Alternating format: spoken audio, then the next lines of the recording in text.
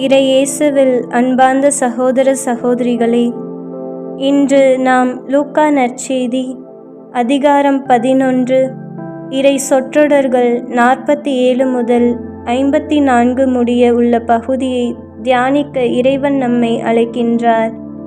வாழ்க்கை ஒன்று, நம் பேச்சு ஒன்று என்று வாழ்பவர்களை யாரும் மதிப்பதில்லை. தூய ஆவியின் தூண்டுதலாலும் வல்லமையாலும் எழுதப்பட்டுள்ள இறைவார்த்தை அன்றாட வாழ்வில் நம்மை ஊக்குவிக்க உந்து சக்தியாக உள்ளது. இனிப்பும் சுவையும் நிறைந்த தேனை அருந்தியவர்கள் மட்டுமே அதன் சுவையை உணர முடியும், சுவைத்ததை எடுத்துரைக்க முடியும். ஆம், திருச்சட்ட அறிஞர்கள் திருச்சட்டத்தை சொந்தமாக்கி கொண்டு அவற்றை வாழ்வாக்காமல் போதித்து கொண்டு மட்டுமே வாழ்ந்தனர். அவர்கள் வாய்கள் மட்டுமே வார்த்தையை போதிக்கின்றன.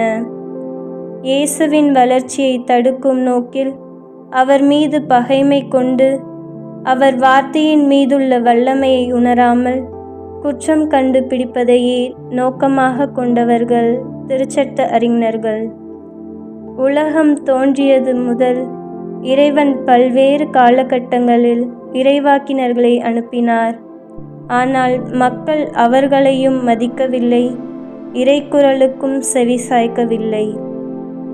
இறைவனின் பொருட்டு இவர்கள் சிந்திய இரத்தத்திற்காக இறைவன் பரிசளித்தாலும் மக்கள் இவர்களின் பொருட்டு கணக்கு கொடுக்க வேண்டியவர்கள். எனவே நம்மை ஊக்குவிக்கும் உந்து சக்தியாக உள்ள இறைவார்த்தையை அன்றாடம் வாசித்து தேனினும் சுவையான இறைவார்த்தையை வாழ்வில் சுவைத்தவர்களாய் பிறருக்கு அவற்றை பகிர்ந்து நம் பேச்சைப் போல் வாழ்வு அமையவும் இறைக்குரலுக்கு செவிசாய்க்கும் மக்களாய் வாழ இறைவனின் அருள் வேண்டுவோம்.